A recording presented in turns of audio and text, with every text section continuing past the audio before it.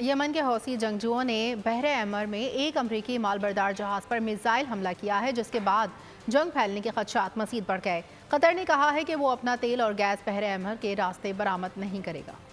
امریکی جہاز پر میزائل حملہ، قطر نے گیس ترسیل روک دی۔ یمن کے حوثی جنگجوؤں نے بحر احمر میں ایک امریکی مال بردار جہاز پر میزائل حملہ کیا ہے، جس کے بعد جنگ پھیلنے کے خدشات مزید بڑھ گئے۔ برطانوی اخبار گارڈین کے مطابق حملے سے ظاہر ہوتا ہے کہ امریکہ اور برطانیہ کی بمباری کے باوجود حوثیوں کی مال بردار جہازوں پر حملے کرنے کی صلاحیت برقرار ہے۔ مشرق وسطی امریکہ کے ہاتھ سے نکل چکا ہے۔ یمن کے جنگجوؤں نے غزہ پر اسرائیلی بمباری کے رد عمل میں بحر احمر میں مال بردار جہازوں اور بحری آئل ٹینکرز کو نشانہ بنانے کا سلسلہ شروع کر رکھا ہے، جس کے نتیجے میں بحر احمر سے سمندری تجارت کم ہو گئی ہے۔ تازہ ترین اعلان قطر کی جانب سے کیا گیا ہے، جس میں کہا گیا ہے کہ وہ اپنا تیل اور گیس بحر احمر کے راستے برآمد نہیں کرے گا۔